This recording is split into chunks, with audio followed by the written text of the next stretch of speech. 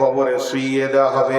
মুর্দা ব্যক্তি শুয়ে থাকবে, অচৈতন্য অবস্থায় থাকবে, তার মাপরে বাঁশ দেওয়া হবে, মাটি দেওয়া হবে, সে ভিতর থেকে সবকিছু বুঝতে পারবে। এমনকি পায়ের জুতোর শব্দ সে শুনবে কবর থেকে, যে আমাকে কতজনে এসে রেখে চলে গেল, কতজনে এসে স্নেহ মমতায় ডাকিবে নামটি ধরে, কত বন্ধুর স্মৃতির অশ্রু ঝরিবে তোমার পরে। বিসমিল্লাহির রহমানির রহিম। কুল হুয়াল্লাহু আহাদ আল্লাহুস সামাদ লাম ইয়ালিদ ওয়া লাম ইউলাদ ওয়া লাম ইয়াকুল লাহু কুফুয়ান আহাদ। যেদিন তুমি ডাক দেবে মোরে, তোমার শীতল কোলে ঘুমায় পড়িব তোমারই বক্ষে, সারা বিশ্বের মায়া ভুলে। রবে না সেদিন পিতার আদর, মাতার স্নেহের কোল, বন্ধু স্বজনে ব্যথা অনুভূতি, শিশুদের কলরল। প্রিয়তমা আর দেবে না মুখে সঘার মাখা চুম, ঘুমানোর পালা আসিবে যেদিন নিরালা নিঝুম। শ্রদ্ধেয় যোগ্যতম অত্র এলাকার কৃতি সন্তান, আজকের সভার সভাপতি, সামনে আমার দিনদার ইমানদার মুমিন ভাই সকল, পর্দা থেকে শুননেওয়ালি মোমেনা মা ও বোনেরা, প্রশংসা, গুণগান, গুণকীর্তন, স্তব, স্তুতি, ভালোবাসা, তকদির, হায়াত, মওত সবকিছুর মালিক আল্লাহ। যে মহান মুনিব আজকে আমাদেরকে এক মাদ্রাসা কেন্দ্রিক আয়োজিত মহফিলে 8ই নভেম্বর 2025 দিবাগত রাত্রিতে অপুর ঝাড়খণ্ডের সীতাপাহাড়ের মাঠে এনে হাজির করেছেন, সেই মুনিবের দরবারে একবার শুকরিয়া করি আলহামদুলিল্লাহ। দরুদ ও সালাম বর্ষিত হোক আখিরি পয়গম্বর নবিকুল শিরোমণি ইমামুল আম্বিয়া নবী মুহাম্মদুর রাসূলুল্লাহ সাল্লাল্লাহু আলাইহি সাল্লামের উপর। আল্লাহুম্মা আমিন, আল্লাহুম্মা সাল্লি আলাইহি, আল্লাহুম্মা বারিক আলাইহি। মোহতারাম ভাইও, আজিজো বুজুর্গ, দোস্ত, গ্রন্থ মুকুট আল কোরআন থেকে বিক্ষিপ্তভাবে কয়েকটি আয়াত আপনাদের সামনে পরিবেশন করেছি, সেই সাথে হাদিসে নববী একটা আপনাদের সামনে পড়েছি। এই দুটিকে সামনে রেখে খুব স্বল্প সময়ে কয়েকটি কথা বলবো বলে নিয়ত করেছি। যদি আমার মাবুদ আমাকে তৌফিক দেন তো আমা তৌফিক ইল্লা বিল্লাহি আলাইহি তাওয়াক্কালতু ওয়া ইলাইহি উনীব। শীত প্রায় চলে এসেছে, আর একদম মাঠে চারিদিকে জলাশয় জায়গা, ঠান্ডাও লাগছে। তো ইনশাআল্লাহ স্বল্প সময় ছেড়ে দেব। মা বোনেরা আপসের মধ্যে কথা বলবেন না। আমি আমার বক্তব্যের শুরুতে মাত্র একটি কথা আপনাদেরকে বলছি। যারা বসে আছেন, যদি সামনে জায়গা থাকে একটু করে আগিয়ে যান, আর যারা দাঁড়িয়ে আছেন তারা বসে যান। দাঁড়িয়ে যারা আছেন বসে যান, একটাকে দাঁড়াতে দেবো না। বসে, চুপচাপ বসে যান। যেগুলো দাঁড়িয়ে আছেন বসে যান, বসে যান, এদিকে বসে। কি ব্যাপার আবু বকর, তোমার বাপ বসছে না কেন? মারবে নাকি আমাদের? পাঁয়তারা করছে, বসবে তো। তোমার বাপকে দেখি তো ভয় লাগছে বেশি। গায়ে গোশ নাই, আবার আমার সঙ্গে ঝগড়া করছে। এইদিকে আছে, এই দাঁড়াবে না একজন, এই বসো বসো, ওখানে বসবে না, ফের উঠবে তুমি, চেয়ারের পেছনে বসবে না, এদিকে বসো, এই জায়গায় জায়গায় বসবে। মাথা খারাপ। ঝাড়খণ্ড তো একটু তাছির থাকবে। আমাদের দুটি কাল, একটা ইহকাল, একটা পরকাল। আমি আজকে ইহকালের কিছুই বলবো না, পরকালের দিকে চলে যাব। পরকালের তিনটি স্তর, তিনটে ধাপ। মরার পরে আমাদের তিন জায়গা, একটা জায়গা নয়, আমাদেরকে স্থানান্তরিত করা হবে তিন জায়গায় মরার পর। প্রথমটা হলো কবর, আলামে বারজাক। দ্বিতীয়টা হলো হাসার অর্থাৎ কিয়ামতের ময়দান। তৃতীয়টা হলো জান্নাত কিংবা জাহান্নাম, দুটোর মধ্যে একটা রিজাল্ট আসবে। তো প্রথমটাই হলো কবর। কবর হচ্ছে জান্নাতের টুকরো কিংবা জাহান্নামের গর্ত। কবর হচ্ছে জান্নাত জাহান্নাম যাওয়ার সুড়ঙ্গ পথ, একে কবর বলা হয়েছে। কবরে সবাই যাবে না, কবরে সবাই যাবে না। কাউকে জ্বালিয়ে দেবে, পুড়িয়ে দেবে, কাউকে হাঙ্গরে খেয়ে নেবে, গুম হয়ে যাবে, কোথা হারিয়ে যাবে, মরে যাবে। কিন্তু আলামে বারজাকে সবাই যাবে।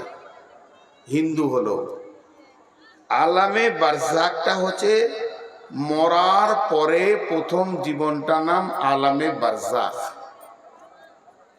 মরার পরে প্রথম সময়টা নাম আলামে বারজাক। যে প্রশ্নটা করা হবে, তোমার রব কে, তোমার দিন কি, তোমার নবী কে, এই প্রশ্নটা পৃথিবীর 100-তে 100 মানুষকে করা হবে। তাতে মুসলিম হোক, নন মুসলিম হোক, কবরস্থ হোক, হাঙ্গরে গিলে দেখ, পচে যাক, বস্তায় বন্দি করে পুঁতে দেওয়া হোক, খালে পুঁতে দেওয়া হোক, মার্ডার করে হারিয়ে দেওয়া হোক, যে কোনো প্রান্তে যেখানেই যাবে, মরার পরে এই তিনটে প্রশ্নের সম্মুখীন হবে। এর থেকে কেউ বাঁচতে পারবে না। কিয়ামতের মাঠে ওঠার পর জান্নাত জাহান্নামের সেকশন আছে, সেকশন। জান্নাতের সেকশন আছে, জাহান্নামেরও সেকশন আছে। সেকশন কি? গুনাহগার জান্নাতে যাবে না, নেককার জাহান্নামে যাবে না। তার মানে সব লোক জাহান্নাম যাবে না, সব লোক জান্নাত যাবে না। সারা পৃথিবীর চিন্তা মাথা থেকে উড়িয়ে দেন। আজকের জালসাতে যতগুলো নারী পুরুষ আমরা বসে আছি, সবগুলোই জাহান্নাম যাবে না, সবগুলোই জান্নাত যাবে না। এর মধ্যে কেউ জান্নাত, কেউ জাহান্নাম, বিভাজন হয়ে যাবে। কিন্তু কবর এমন একটা জায়গা, সবগুলোকেই আলামে বারজাকে যেতে হবে, সওয়ালের সম্মুখীন হতে হবে। তাতে সে নেককার, বদকার, নামাজি, বেনামাজি, মাতাল, চোর, লুচ্চা, লাফাঙ্গার, পরেশগার, দিনদার, তেলাওয়াত করনেওয়ালা, জিকির করনেওয়ালা, মওতের হাত থেকে যেমন রেহাই পাবে না, কবরের প্রশ্ন থেকে কেউ রেহাই পাবে না। আল্লাহ তাবারক ওয়া তাআলা একটা বলিষ্ঠ কথা বলছে, বলিষ্ঠ কথা। এটাকে খুব উচ্চ বাংলায় বলা যাবে বিড়ম্বনা। বিড়ম্বনা, বিড়ম্বনা। এই ভাষাটা, এই শব্দটা যদি কেউ বুঝতে পেরেছেন ভালো, আর নাহলে ব্যাখ্যা করবো একটু, বুঝতে পারলে আরো ভালো। বিড়ম্বনা, মন চাই চাই না চাই, মন বলুক চাই না বলুক, দিল ঠিক থাক চাই না থাক, বিড়ম্বনা। ওটা তোমাকে মানতেই হবে, এর নাম বিড়ম্বনা। একটু উদাহরণ দিচ্ছি, একটু উদাহরণ দিচ্ছি, উদাহরণটা বুঝবেন। আমার আজকে মন চাইছে রাতে রুটি খাবো। আবু বকরকে বললাম আমাকে রুটি দাও, বলছে রুটি নেই। সীতা পাহাড়ে তো রুটি নেই, মন চাইছে না, তাও ভাত খেতে হচ্ছে। এর নাম বিড়ম্বনা। মন চাইছে না তাও ভাত খেতে হচ্ছে, একে বলে বিড়ম্বনা। কিন্তু এর আবার রাস্তা আছে, তোর খাবো না, উঠে চলে যাব, পাকুর রুটি খেয়ে চলে আসবো। কিন্তু কিছু জায়গায় মন না চাইলেও বিড়ম্বনা মানতে হবে। যেমন একটা বলি, আল্লাহর অনেকগুলো আছে, তার মধ্যে একটা বলছি, এই যে আমার কালো দাড়িটা সাদা হচ্ছে, আমার মন চাইছে না কিন্তু উপায় নেই। আমার চোখের দৃষ্টি কমেছে, একদিন আমি বিনা চশমায় দুনিয়া করেছি, এখন কোরআন শরীফ হাতে নিলে আগে চশমা নিতে হয়, উপায় নাই। আমার মন চাইছে না। অনেক আবার কালি দিয়ে দিয়ে কালো করছে, ফের এইখানে সাদা বের হতে শুরু করে দেবে, কি করবে? ও তো আরো দেখে মনে হচ্ছে যে চিড়িয়াখানা শিম্পাঞ্জি, এই দাঁটা গোটাই কালো, এখানে এইটাকে বলে বিড়ম্বনা। তেমনি আমার হাত পা দুর্বল হচ্ছে, আমার মন চাইছে না কিন্তু হবে, এটা আল্লাহ সিস্টেমেট করে দিয়েছে। তার মানে কবরে যাওয়ার আগে এই স্টপেজ গুলো দেখতে পাওয়া যাবে যে আমি কবরের দিকে যাচ্ছি। যদি আপনাকে বলি যে আমার গাঁ যাবেন, আপনারা আমার বাড়ি বেড়াতে যাবেন, আমার উদাহরণগুলো খুব মন দিয়ে শুনবেন। আমার বাড়ি বেড়াতে যাবেন, দেখবেন আপনি ট্রেনে চাপলে পাবেন রামপুরহাট, তারাপীঠ, গদাধরপুর, সাঁইথিয়া, এগুলো যখন পাবেন, বোলপুর ব্যাগটা নিয়ে গেটে চলে আসবেন, ভেদিয়ায় নেমে যাবেন। তো মরার আগে এরকম কিছু স্টপেজ পাওয়া যাবে, দাঁত চলে যাবে, চোখ চলে যাবে, দাড়ি পেকে যাবে, চুল পেকে যাবে। আল্লাহ বলছে এগুলো বিড়ম্বনা। পৃথিবীর কোনো শক্তি, পৃথিবীর কোনো বিজ্ঞানী আটকে দিতে পারবে না, তোর দাড়িকে কালো করে রাখতে পারবে না। তোর মন চাই চাই না চাই, এটা আমি করছি, করব। তার মানে আমি গাড়িতে চেপে গেছি, মওতের গেটে পৌঁছাতে চলেছি, তোকে এটা ভাবতেই হবে। তোর মন চাইছে না যে আমি মওতের গেটে যাই, কিন্তু তোকে আমি এমন গাড়িতে চাপিয়েছি স্টপেজ পার হচ্ছে, তুই পেয়ে যাবি, আস্তে আস্তে পেয়ে যাবি, বোলপুর পেয়ে যাবি, ভেদা পেয়ে যাবি। এটা রুখার কোনো রাস্তা নাই। আল্লাহ কেমন করে বলেছে দেখেন। এখন আমি একবার বোঝানোর জন্য বলছি, রাগ করিয়েন না, আমরা আপনাদের কাছে আমি মাপ চেয়ে বলছি। কোন একটা ব্যক্তিকে আমি বলছি, তোকে আমি মারবই, মেরে পুঁতে দিব, তোকে মারবই, মেরে পুঁতে দিব। হিম্মত নিয়ে বললাম, ওকে কি মারবো বলতে যে আমি নিজেই মরে গেছি, আমার লাশ আগে চলে গেল, ওই আমার জানাজা পড়ে নিলে। আল্লাহ বলছে তোদের চ্যালেঞ্জের মূল্য নেই। কিন্তু আল্লাহ বলছেন বিসমিল্লাহির রহমানির রহিম, মিন আইয়ি শাইইন খলাকাহু মিন নুতফাতিন খলাকাহু। পোকা লেগে গেছে গলায় গো।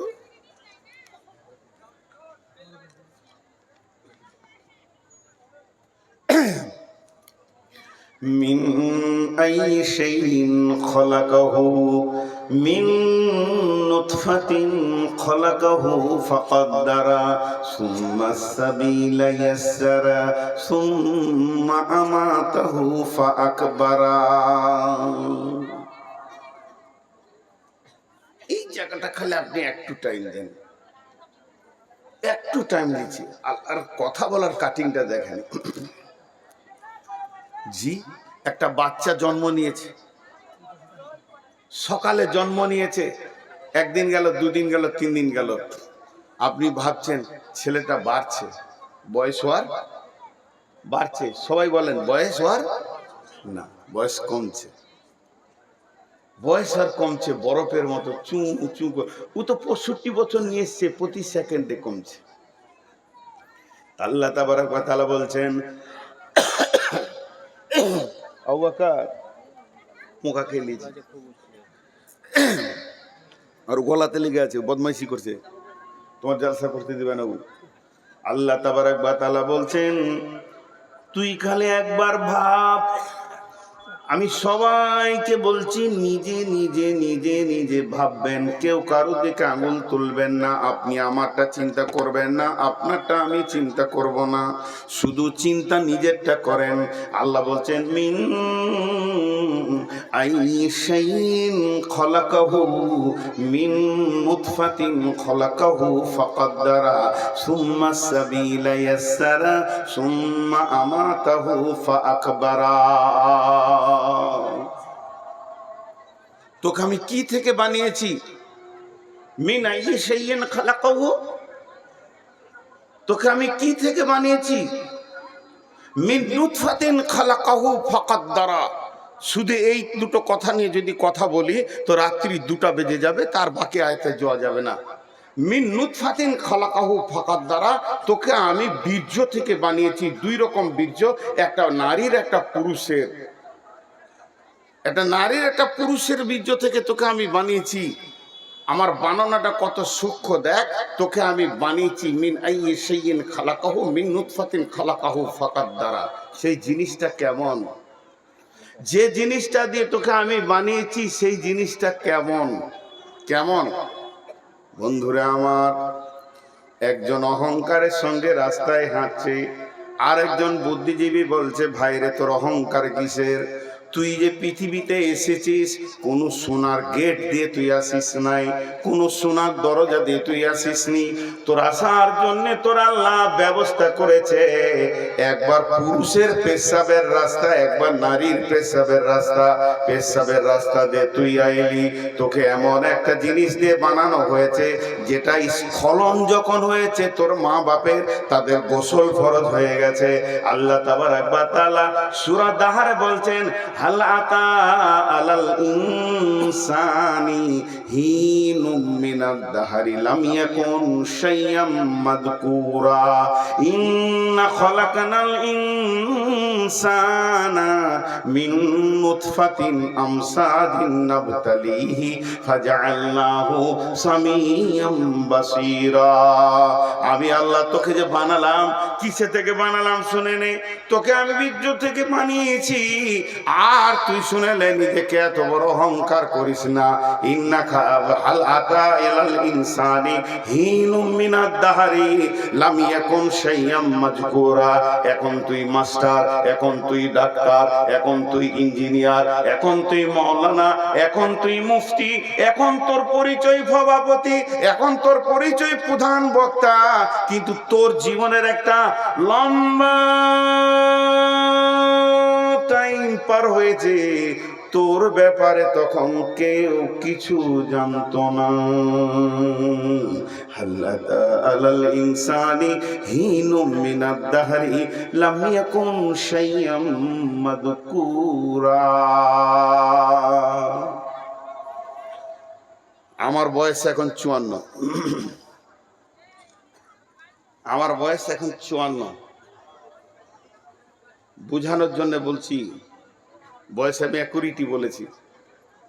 55 বছর আগে আমি কোথা ছিলাম? 1 বছর আগে বলছি, মায়ের পেটে ভ্রূণ নড়ছিলাম, 1টা বছর ওখানে নিয়েছি। 56 বছর আগে কোথা ছিলাম? মা বাপের কাছে শুক্রাণু ডিম্বাণু হয়ে তাদের বীর্যে। 57 বছর আগে কোথা ছিলাম? তাদের রক্তে। তাহলে 60 বছর আগে কোথা ছিলাম? আরো 3 বছর। তাহলে খাবারের ফল ফ্রুটের ভিতরে আরো 10 বছর আগে কোথা ছিলাম? আরো 10 বছর আগে কোথা ছিলাম? সবাই চিন্তা করেন নিজে নিজের বয়সকে নিয়ে। 10 বছর পেছিয়ে নেন, যে চিন্তা করেন কোথা ছিলাম। আল্লাহ বলছে, নূর মোহাম্মদ রে, তোর তকদিরটা আমি লিখেছি। তকদির আমার কে লিখেছে? আল্লাহ। পৃথিবীর সৃষ্টি হওয়ার 50,000 বছর পূর্বে তাহলে আমি ছিলাম কোথাও? তকদির যখন লেখা হয়েছে তাহলে আমি ছিলাম কোথাও? পৃথিবীর সৃষ্টি হওয়ার 50,000 বছর পূর্বে তাহলে আমি ছিলাম কোথাও? লিখছে সেই দিন আল্লাহ 2025 সালে নভেম্বরের 8 তারিখে শনিবার দিবাগত রাত্রিতে তুই সীতাপাহাড়ির মঞ্চে উঠবি। রাত 10:30টায় দেওয়ার কথা হলে কি হবে? 11টা 1 বাইন শুরু করবি। পৃথিবীর সৃষ্টি 50 বছর আগে এটা লেখা হয়েছে, 50,000 বছর আগে। 50,000, তাহলে আমার বয়স কত? কয়েক কোটি বছর। আল্লাহ বলছেন, বান্দা আমার প্রাণ করে বলবো না, তোকে আমি বানাবো এটা আমি জানি। কিন্তু পৃথিবীর কেউ জানে না, তোর মা জানে না, তোর বাপ জানে না তোকে আমি বানাবো, কোন জায়গা থেকে তোকে আমি তোর মা বাপের পেটে আমি দিব। তারপরে তোর মায়ের পেট থেকে দুনিয়া মা প্রথম জানবে তোর মা যে আমার পেটে বাচ্চা এসেছে, এরপরে জানবে তোর বাপ, তোর মাকে তোর বাপকে তোর মা বলবে এগো আমাদের পেটে সোনা মানিক চলে এসেছে। তারপরে কেউ জানবে না, এরপরে দুই আত্মীয় জানবে, তোর মায়ের বংশ জানবে, বাপের বংশ জানবে, আমাদের নতুন মেহমান আসতে চলেছে, তারা 9 মাস 10 দিন অপেক্ষা করবে। তারপরে সন্তান পৃথিবীতে এলো, এখনো পঞ্চায়েত জানে না, স্কুল জানে না, প্রাইমারি স্কুল জানে না, খেছি ঘুরছি ফিরছি, যখন বয়স 4-5 বছর হয়ে গেল আব্বা ধরে নিয়ে প্রাইমারি স্কুলে ভরে দিলে। প্রাইমারি স্কুলে হেডমাস্টার জানলে যে একটা নতুন মাল তৈরি হয়েছে, স্কুলে এলো, আস্তে আস্তে পঞ্চায়েত জানলো। যখন আমি বড় 12 বছর হয়ে গেলাম, পৃথিবীর কেউ জানে না, সীতাপাহাড়ি পাকুর এলাকার লোক আমাকে চিনে না, আমার বাপ হাত ধরে নিয়ে এসে ইসলাম পড়ে 14 বছর বয়সে ভর্তি করে দিল। মাদ্রাসাওয়ালারা জানলো যে ভারত মানে পৃথিবীর বুকে নূর মোহাম্মদ বলে একটা ব্যক্তি আছে, পড়ছি মাথায় পাগড়ি দিল, দুনিয়া জানলো। তারপরেও তো আমাকে কেউ জানে না। আস্তে আস্তে আস্তে আস্তে আমি বক্তা হলাম। এই বক্তা হওয়াতে এখন ঝাড়খণ্ড, বিহার, পশ্চিমবঙ্গ, নাগাল্যান্ড, সিকিম, আবার আসাম, ত্রিপুরা, মেঘালয় সবাই আমাকে জেনে নিল, বাংলাদেশ জেনে নিল। আল্লাহ বলছেন বান্দা রে, তোর বয়স থেকে খালি মাত্র 10 বছর পেছিয়ে দে, তোকে কেউ চিনত না, আর আমি এই জায়গায় তোকে আনবো, এটা আমার প্ল্যান পরিকল্পনা। তোকে কার পেটে দিতে হবে, কোন মেয়েটার পেটে যাবি, তারপরে তুই মাদ্রাসায় ঢুকবি, আলেম হবি, মৌলানা হবি, বক্তা হবি। হাল আতা আলাল ইনসানি হিনুম মিনাদ দাহরি লাম ইয়াকুন শাইয়াম মাজকুরা। তোর কোনো জিকির ছিল না, তোর নামের কোনো কাজ ছিল না, কিন্তু আমি আল্লাহ ধীরে ধীরে ধীরে ধীরে ধীরে ধীরে তোকে নিয়ে আসলাম। এটা আমার আল্লাহর কুদরত। এরপরে তোকে আমি গোটা বডিটা দিয়েছি, এই বডি থেকে কিস্তি শুরু করব। একদিন তোর চোখ নিব, একদিন তোর হাত নিব, একদিন তোর কিডনিটা নিব, নিতে নিতে তোর দাঁতের পেনিয়ামগুলো একটা করে খুলতে শুরু করব। খুলতে খুলতে শেষ কিস্তিতে তোর জানটাকে নিয়ে নিব। ওটাই আল্লাহ বলছেন মিন আইয়ি সাইয়িন খালাকাহু মিন নুতফাতিন খালাকাহু ফাকাদ্দারা সুম্মা সাবিলা ইয়াসসারা। তোকে দুটা নুতফা থেকে বানালাম, সুন্দর চেহারা দিলাম। এরপরে তোর মায়ের যে রাস্তাটা বিরাট বড় একটা কোম্পানির গেটের মতো দরজা খুলে তুই বেরিয়েছিস না, তোর মাকে প্রসব যন্ত্রণা সহ্য করতে হয়েছে, অত সংকীর্ণ রাস্তাকে তোর জন্য আমি আসান করে দিলাম। সুম্মা সাবিলা ইয়াসসারা। তারপরে তুই পৃথিবীতে এলি। এরপরে আমার কাজ একটা তোর জন্য বাকি আছে, আমার তোর জন্য একটা কাজ বাকি আছে। সুম্মা মাতাহু ফাআকবারা। তোকে আমি মারবো, কবরে শুয়াবো। এই আল্লাহ চ্যালেঞ্জটাকে কাটার মতো কোন বীর মাস্তান আছে? তোকে আমি মারবো, কবরে শুয়াবো। সুম্মা আমাতাহু ফাআকবারা।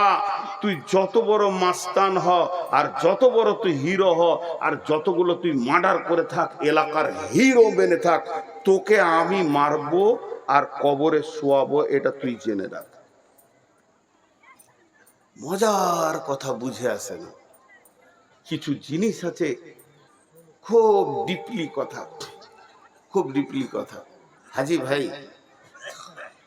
মত, কবর, সাবজেক্ট, অনুশীলন 101।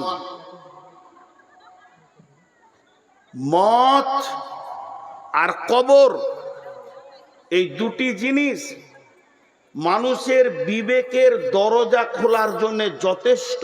এটা একটা সাবজেক্ট, এটা একটা বিষয়, এটা একটা অনুমান। একটা লোক লেখাপড়া করতে পারেনি, ওকে কবর দেখাও কিছু বুঝবে।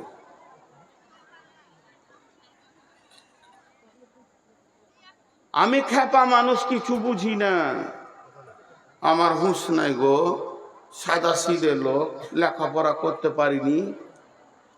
বলছে তোকে বেশি শিখতে হবে না, খালি কবরে যেতে হবে, এটা দেখ বুঝ, কাজ হয়ে যাবে তোর, পুরো জিন্দেগির রাস্তা তোর চেঞ্জ হয়ে যাবে।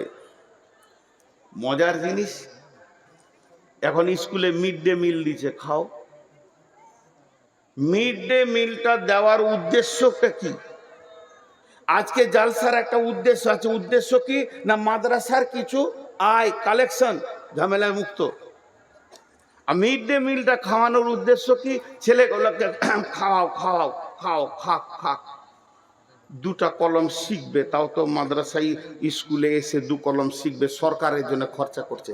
আমরা যখন শিশু ছিলাম তখন কেক দিত, কেক কেক একটা করে হাতে দিত, কি খুশি। কেকের লোভে পড়াশোনার ওসব দরকার নাই, পড়ে কি হবে, পড়া করলে তো ঝামেলা, পড়া তো বিরক্ত জিনিস। ছোট শিশু কিছু বুঝি না, কেকটার লোভে টাইমে গোসল করছি, স্কুল যেতে হবে, মনে হচ্ছে যেন অফিসার খুব ব্যস্ত, স্কুল যাবে। লোভটা হচ্ছে কেক পাবো। এই লোভটা দিল কেন?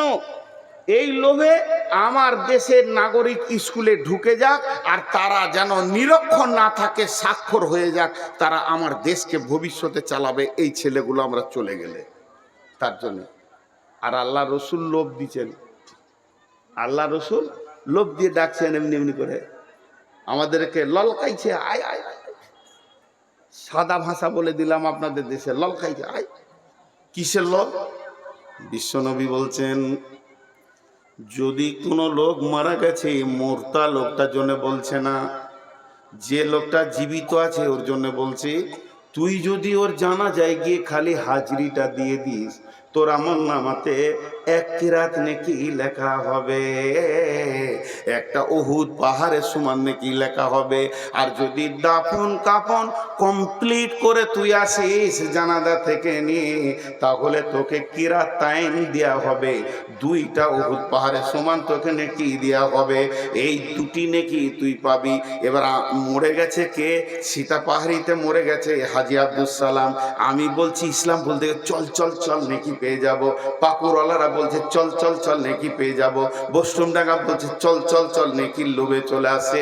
চারিদিক থেকে নেকির লোভে ভিড় হচ্ছে। এই লোভটা কেন রসুল দিলেন? ওই মুর্দাটা জানা যায় আসলে আমি নেকি পাবো।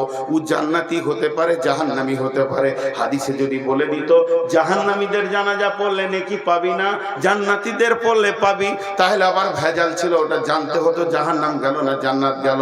রঘু বলছে ওদিকে ভেজালে তুই মাথা ভরবি না, ওদিকে তুই তাকাবি না। এটা মুসলমান মাইয়াত, মুসলমান মাইয়াত, বেনামাজি নয়, কালেমাওয়ালা নামাজি আলা মাইয়াত মরেছে, জানাজায় তুই দাঁড়িয়ে যা, তোর আমল নামাতে নেকি দিয়া হবি। লে ভেজাল।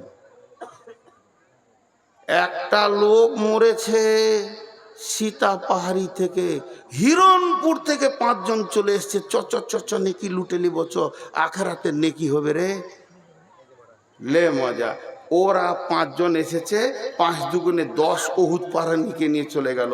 ওই মুর্দা ব্যক্তিটার কি লাভ হলো? আমার প্রশ্ন, মুর্দা ব্যক্তিটার কি লাভ হলো? ও লাভের মাঝেই নাই। নেকি করেছে তো ভালো, আর গুনাহ করেছে তো ভালো, যা করেছে বুঝবে। যদি আল্লাহ রসুল একবার বলে দিত জানাজাতে যতগুলো লোক আসবে, প্রত্যেকটি লোকের মাথা পিছু একটা লোকের 1 কিরাত করে নেকি, বা একটা করে নেকি কি 1 উহুদ পাহাড় করে নেকি ওই মুর্দাকে দেওয়া হবে, তাহলে আমি তো আমার বাপের মরার সময় ভাড়া করে লোক নিয়ে আসতাম, যে আমার বাপ 10-50 কোটি নেকি নিয়ে চলে যায়। কিন্তু যে যাবে জীবিত পাবে, লোক দেখাইছে জীবিতকে। আবার দেখেন জানাজার নামাজ, আল্লাহু আকবার, আল্লাহুম্মা গফির লি হাইয়িনা ওয়া মাইতিনা ওয়া শাহিদিনা ওয়া গায়িবিনা ওয়া সাগীরিনা ওয়া কাবীরিনা ওয়া যাকারিনা ওয়া উনসানা। 8 বার বললাম, আর আছে, আমি 8টার কথা বলছি আরেকবার। আল্লাহুম্মা গফির লি হাইয়িনা ওয়া মাইতিনা ওয়া শাহিদিনা ওয়া গায়িবিনা ওয়া সাগীরিনা ওয়া কাবীরিনা ওয়া যাকারিনা ওয়া উনসানা।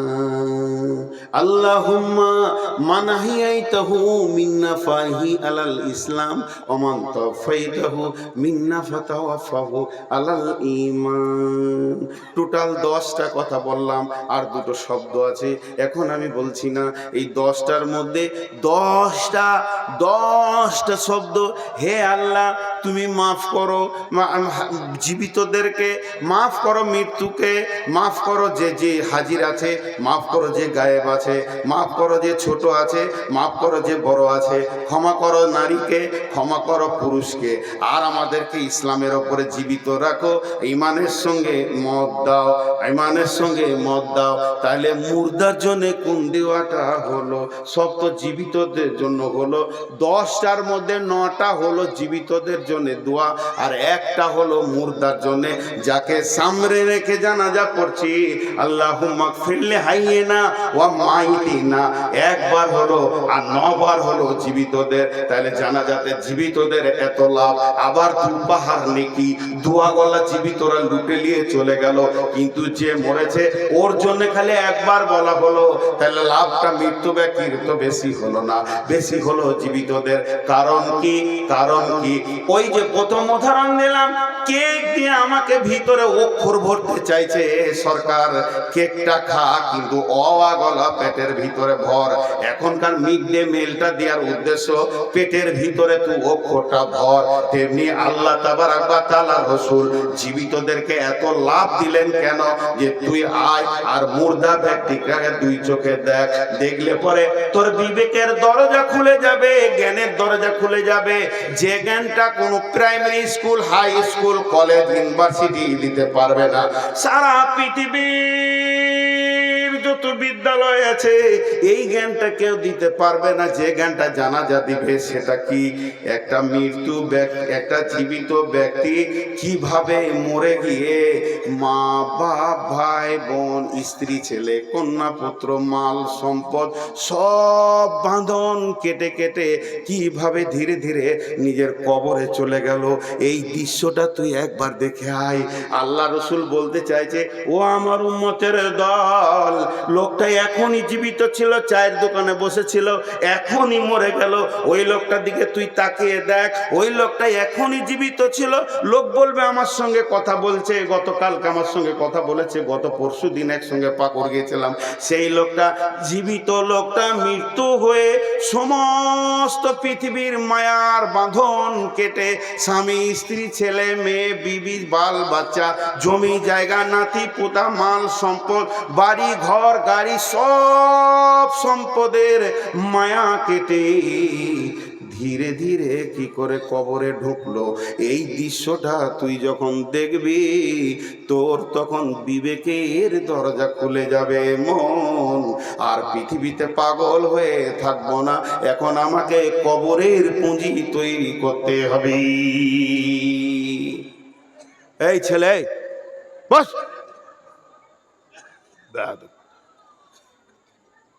আবার মোবাইল এনে থাকছে, বলবার ছোট ছেলের হাতে অ্যান্ড্রয়েড ফোন, অবাক লাগছে। তোমার পায়ে বসার ফোল্ডিং নাই, রোগা আছো, চেয়ার দেবো, বেয়াদবের মতো দাঁড়িয়ে আছে, ফের বসেছে, হাগা মারবে, খানিক পরেই উঠবে, দিক কেটে পড়বে। আমি যেটা বুঝাতে চালাম সেটা পারলাম কিনা একবার জিজ্ঞেস করছি। জানাজাতে এত লোভ দিয়ে ডাকা হচ্ছে এই জন্যই, তুমি একটা জীবিত ব্যক্তি মৃত হয়ে কি করে পৃথিবীর সম্পদ, আত্মীয়র বাঁধন কেটে কবরে ঢুকলো, ওইটা দেখো। ওইটা দেখলে তুমি মসজিদের দরজাটা খুঁজে পাবে, তুমি মসজিদের দরজাটা খুঁজে পাবে। তোমার মাস্তানি থেকে তুমি ঘুরে আর লাফাঙ্গাকিরি করবে না, এখন তুমি রাস্তা খুঁজে পাবে। মৃত্যু ব্যক্তিকে কবরে জোয়া দেখার পর, মৃত্যু ব্যক্তিকে কবরে জোয়া দেখার পর, একটা জীবিত ব্যক্তি মরে কি করে কবরে ঢুকলো, এই দৃশ্যটা দেখার পর কোনো জীবিত ব্যক্তির যদি বিবেকের হুঁড় কাটা না খুলে, বিবেকের দরজাটা না খুলে, এখনো যদি মসজিদ খুঁজে না পাই ওই দৃশ্য দেখার পর, তাহলে ওকে পৃথিবীর কোনো মৌলানার, মুফতি আর মাদ্রাসা নাই যে ওকে হেদায়েত দিয়ে দেয়। ওর সিল মরে গেছে, এই পায়ে ফোল্ডিং নেই, দুটাকে বসাচ্ছি, দুটা দাঁড়িয়ে থাকছে, চেয়ারটা দিব নাকি, আমি নিচে বসবো কেন রে বাপ, এসে দাঁড়িয়ে থাকছেন কেন? ওটা কি সুন্নতে মক্কাদা?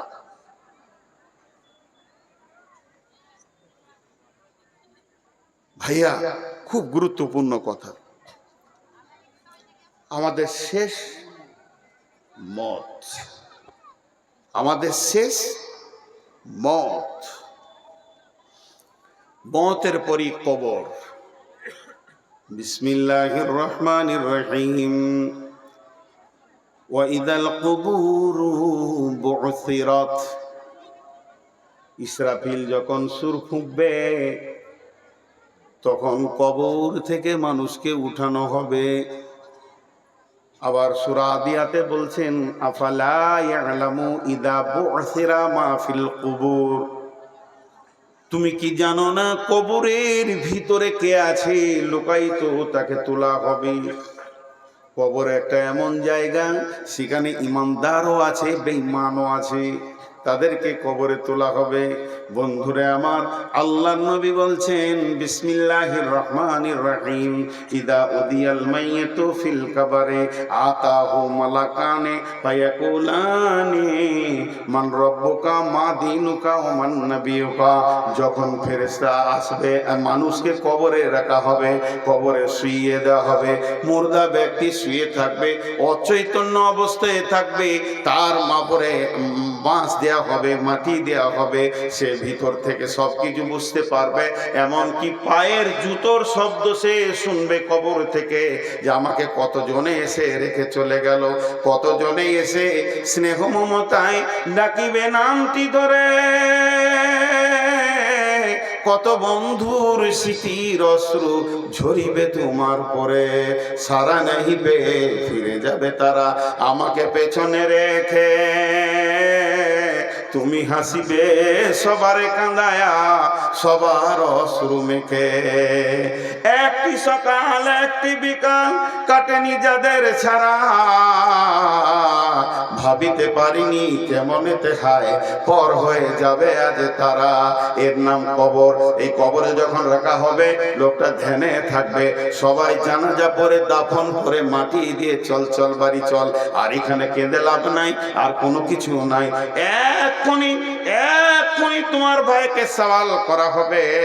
আমি একটা জানাজা তো মসজিদে নববীতে পড়লাম, মনে মনে করলাম কেমন করে দাফন করে সৌদিতে দেখবো।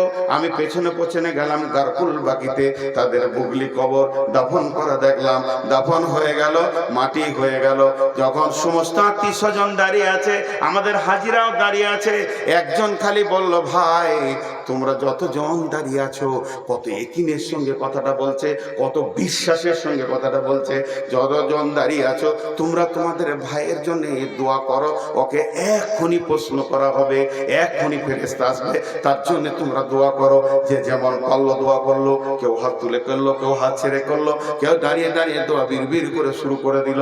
তার মানে তখনই প্রশ্ন করা হবে, মান রব্বুকা, তোর রবকে, মান নাবিয়ুকা, তোর নবীকে, মা দীনুকা, তোর দিন কি। এই তিনটে প্রশ্ন করা হবে। বিশ্ব নবী বলছেন, যে লোকটা প্রশ্নের উত্তর ঠিক ঠিক ঠিক ঠিক দিয়ে দেবে, কোনো গোলমাল হবে না, ওই লোকটা যখন উত্তর দেওয়া হয়ে যাবে, আল্লাহ তাবারাক ওয়া তাআলা বলবেন, কাদ সাদ্দাকতা, আমার বান্দা সত্য বলেছে, তার জন্য সমস্ত ব্যবস্থা তোমরা নাও। এমন সময় জাহান্নামের জ্বলন্ত আগুনের দরজাটা খুলে দেওয়া হবে। দাও দাও করে আগুন জ্বলছে, আগুন একটা আগুন কেন একটা আগুন ছিঁড়াছিঁড়ি করছে। কি ভয়ানক দৃশ্য কবর থেকে তাকে দেখানো হবে, আর বলা হবে, বান্দারে তোমার আল্লাহ দেখো কেমন আযাব থেকে তোমাকে বাঁচিয়েছে, তোমার আল্লাহ তোমাকে রহম করেছে, একবার খালি জাহান্নামটা চোখে দেখে নাও, এখান থেকে তোমাকে তোমার আল্লাহ বাঁচিয়ে দিয়েছে। এরপরে যে লোকটা উত্তর দিতে পারবে না, তার জন্য জান্নাতের দরজাটা খুলে বলা হবে, হতভাগা বেঈমান, তুই এত বড় মালের ওয়ারিস থেকে মাহরুম হয়ে গেলি, শুনেলে এটা তোর মালের ওয়ারিস ছিল, অতএব তুই মাহরুম হয়ে গেলি তোর বদ আমলের কারণে। আর এই তিনটে প্রশ্ন করা হবে, মান রাব্বুকা, মা দীনুকা, মান নাবিয়ুকা।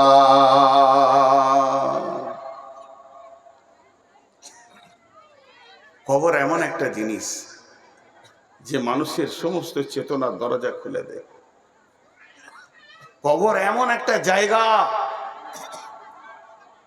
আপনার সাথে কেউ থাকবে না, আপনি একা, আপনি একা, সেদিন একা। জি, কবরে আযাব হবে। মাঝে একটা কথা বলে দিচ্ছি, কবরে আযাব সত্য। বিশ্বনবী হেঁটে সাওয়ার হয়ে ঘোড়াতে খচ্চরে সাওয়ার হয়ে যাচ্ছিলেন, দুটা কবরে আযাব চলছিল। খেজুরের ডাল নিয়ে দুটা কবরে দিলেন আর বললেন যতদিন ডালটা না শুকাবে কিছু আযাবটা হালকা হবে, মাফ হয়ে যাবে নয়। তার মধ্যে একজন গীবত করনেওয়ালা আর একজন পেচ্ছাপের ছিটা লেগে যেত, অত খেয়াল করতো না। আর এখনকার ছেলে পেচ্ছাপ করে পানি নেই না, পেচ্ছাপ করে পানি নেই না। আম্মা জান আয়েশা রাদিয়াল্লাহু তাআলা আনহা ঘরে আছেন, বিশ্বনবী নাই। একটা ইহুদিদের মেয়ে ভিক্ষা করতে এসেছে। মেয়েটা হলো ইহুদিদের। আম্মা জান আয়েশাকে বলছেন, আম্মা জান আয়েশা কিছু খাবার আছে কি? আম্মা জান আয়েশা বলছে ঘরেতে কিছু নাই। অনেক খুঁজে আমি দুইটা খেজুর পেলাম, এই দুটি খেজুর এনে ইহুদির মেয়েটার হাতে দিলাম। যখনই মেয়েটা আমার খেজুরটা পেল, আমার খেজুরটা পাওয়ার পর ওই মেয়েটি আমাকে দোয়া দিল, রে আয়েশা আল্লাহ তোমাকে কবরের আযাব থেকে মুক্তি দান করুন। আমি অবাক হয়ে গেলাম, ই কেমন দোয়া! বিশ্বনবী যখন বাড়িতে আসলেন আমি বললাম ঘটনাটা, ও দয়ার নবী গো, শুধুমাত্র দুটি খেজুর দিয়েছি, যার বিনিময়ে আমাকে দোয়া দিয়েছে আল্লাহ যেন কবরে আযাব থেকে তোমাকে মুক্তি দান করে। কবরে আযাব কি হবে? নবীজি বললেন আযাব আল কবরে হাক্কুন। আয়েশা রে, তুমি কি জানতে না এতদিন কবরে আযাব হলো বড় কঠিন, এটা হক, এটা হক, এটা হবি। আম্মা জান আয়েশা বলছেন এরপর থেকে আমি খুব সূক্ষ্ম ধ্যানে খেয়াল করতাম নবীজি যে দোয়াগুলো ফিস ফিস করে পড়তো, তার ভিতরে বাড়িতে যে নামাজগুলো পড়েছে, নফল পড়েছেন, সুন্নত পড়েছেন, আবার তাহাজ্জুদ পড়েছেন, তার রাসূল যখন দোয়া পড়তেন আমি খেয়াল করে দেখেছি এমন কোন নামাজ নাই যে নামাজে তাতে সুন্নত হোক, নফল হোক, ওয়াজিব হোক, যাই হোক, তাহাজ্জুদ হোক, যে নামাজে কবরে আযাব থেকে নিজেকে মুক্তি চাননি। আল্লাহ রাসূল ওই দোয়াটা আমাদের জন্য দিয়ে দিয়েছে। আমরা যখন নামাজে তাশাহুদে বসি তখন বলি আল্লাহুম্মা ইন্নী আউযু বিকা মিন আযাবি জাহান্নাম ওয়া আউযু বিকা মিন আযাবিল কবরি ওয়া আউযু বিকা মিন ফিতনাতিল মাসীহিদ দাজ্জাল। এই দোয়াটা আমরা পড়ি।